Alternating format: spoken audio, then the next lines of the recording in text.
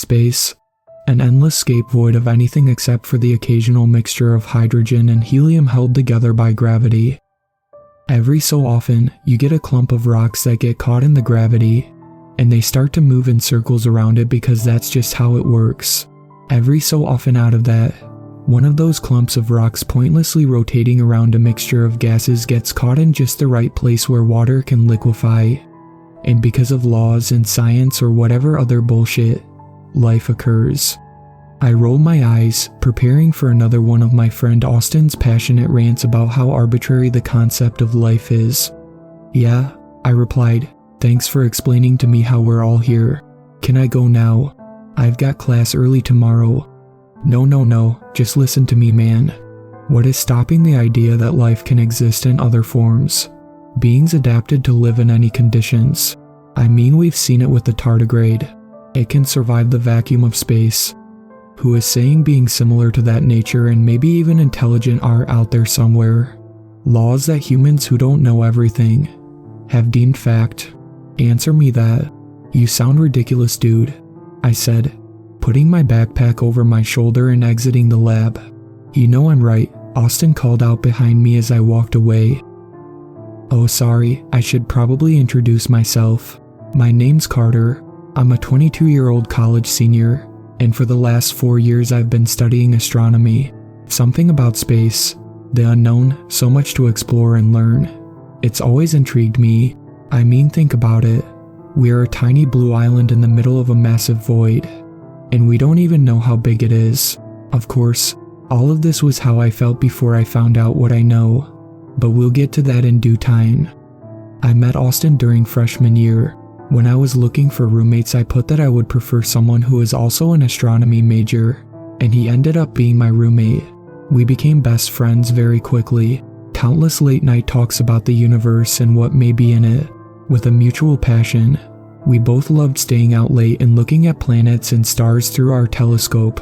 We also loved staying late at the lab and doing research. Call us nerds, but we loved it. Over the past few months though, Austin had began to get obsessed. He started talking about a new energy wave he had discovered. Apparently, if done right, it could be used for travel across the universe in seconds. Opening up wormholes is how he described it. He was convinced that other forms of life had surely discovered this method previously, and if he could tap into it, we could hopefully contact these life forms. It began to get odd. He would spend late nights at the lab, barely sleeping. He had bags under his eyes, messy hair, and empty Red Bull cans always within an arm's reach of him. I just need to be able to find where it's coming from, he would always say. How do you even know this energy wave even exists? How did you find it? I asked him one day. It's too hard to explain to you now, but you have to believe me. Trust me, it's there. I will prove to you that there is life out there in the universe, and it's causing it. I will find it, he replied. I rolled my eyes and left him to his pointless tinkering. I was beginning to lose my friend. He had gone mad. It was sad, but at the same time I couldn't let it put a stop to my life. I had to quit worrying about him, and just hope that one day he'd come to his senses and give it up. Last week, however, at 2 a.m. I received a call. It was from Austin. I answered it, wiping the tiredness from my eyes. Hello, I said into the phone. Get over here now, bro. I did it. I found a way to detect it. I can prove it to you. Get over here now, he yelled ecstatically. What? Okay, I'm on my way. I'll be there in 10 minutes, I said, throwing my clothes on and rushing to my car. On the drive over there, I wasn't even sure what to think. Did he really do what he'd been trying to do?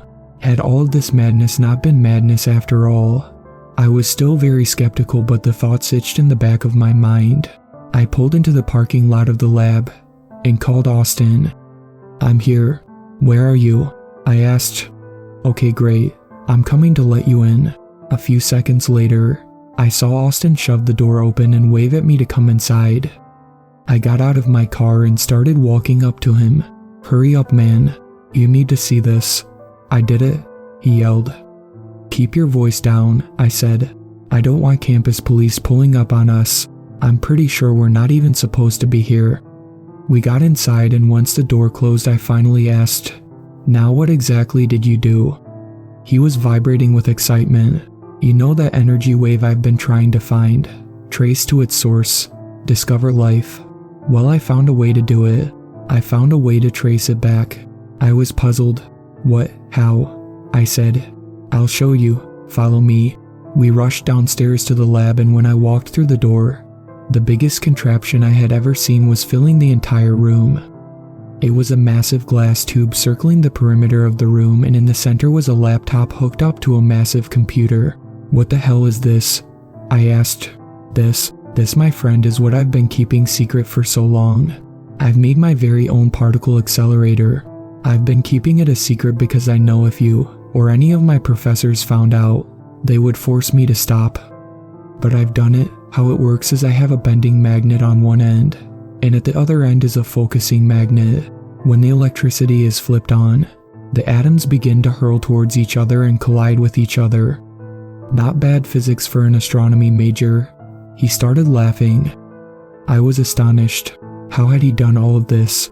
Where had he assembled it? How did he get in the lab? This was ridiculous, and none of it made sense. And he was right. He was an astronomy major. Where did he learn all of the highly advanced physics needed to even think of something like this? It was quite easy, really. I did some research and I learned all you needed is an electric field and magnets to focus those fields. Was all I could get out. I had so many questions, but I was too dumbfounded to ask them. The only one I got out was why. He smirked. "This is where a little luck comes into play. You know the theory of the Higgs Boson, right? Well, this new energy wave is in the Higgs field. What we do is we throw the particles at each other. When they collide, we only have a small window to completely shut off the contraption. What this will do is interrupt the collision, and if the Higgs boson is formed, it will transcend it into a lower energy state. When one Higgs boson does this, it causes a reaction with other Higgs boson possibly created. This is that energy I've been trying to prove. The Higgs boson is what gives mass to everything, right? So when transcended into a lower energy state, it takes away the mass. What I've been trying to prove has literally been anti-mass in a sense. My head was swirling with 1,000,000 thoughts a second. Anti-mass, Higgs boson. How the hell had he figured all of this out? He continued. "I know I've proved it because I've done it once. I tested it myself and it worked. Only for a split second though. I couldn't see shit. But I'm telling you, something's out there causing this. I just know it, and I'm gonna find out what it is. We aren't the only ones in the universe, and surely some other life form has discovered this. I know it, and if I can just do it right, I'll be able to contact them." "Are you with me?" he asked. I don't know what to say, man. This is all insane. What exactly do you plan to do even if you are right? I just need to know I'm not insane. Now again, "Are you with me?" he asked. I shook my head. "I guess. What exactly do we have to do?" He immediately went to the laptop.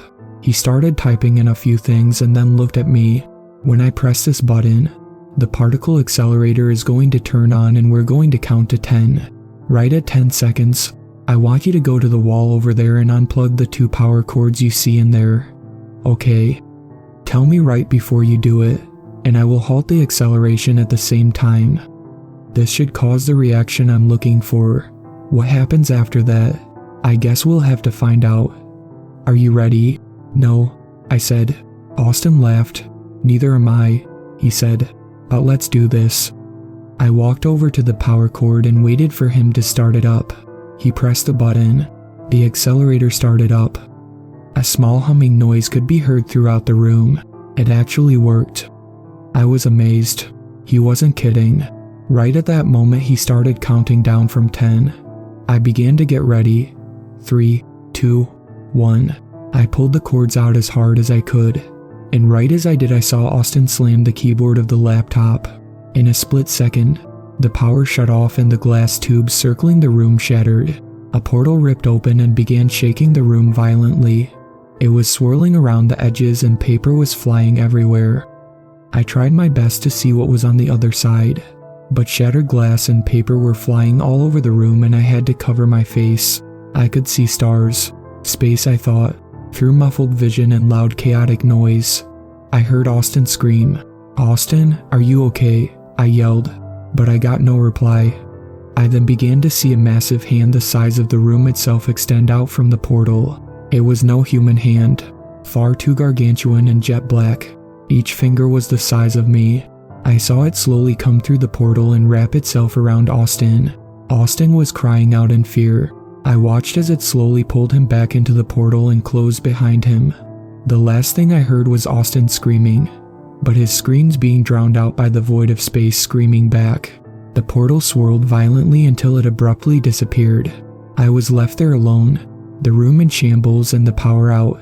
I was hyperventilating. I frantically looked around the room, hoping to see Austin, praying that the entire thing was a hallucination. I then began to hear sirens outside. That was last week. I was questioned by the police and I could barely even tell them what happened. They walked in and saw the room in shambles and me sitting there a panicked mess. I was of course arrested and am now facing obstruction of property charges and mentally ill, since the story I told them was obviously very unbelievable. I was expelled and now have to pay back the damage done to the lab. I am typing this out now because no one believes me and I'm hoping you all on here will. I've tried to explain it to my parents, but they just shake their heads in disappointment. The only thing no one can seem to explain though is the disappearance of Austin. The police started an investigation and of course, I am their primary suspect. Austin died trying to prove what he believed in. I thought he was crazy, but in reality he was right. I know what happened to him. He was taken by whatever that thing on the other side of the portal was. I never saw its face, but I know Austin did. The brief moments I was able to catch a glance of him, he was wearing the most horrified face I'd ever seen on a person. I'm not sure how I will mentally recover from all of this.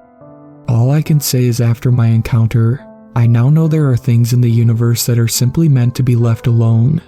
If humanity goes knocking on doors it shouldn't be, how long until something knocks back? I've seen what exists in our universe. It took my friend. There are things we don't understand and weren't meant to understand. Maybe it should stay that way.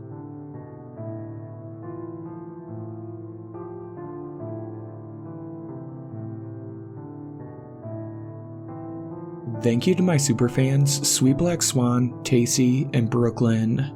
I really appreciate you guys supporting my channel, and I look forward to making more content for everyone.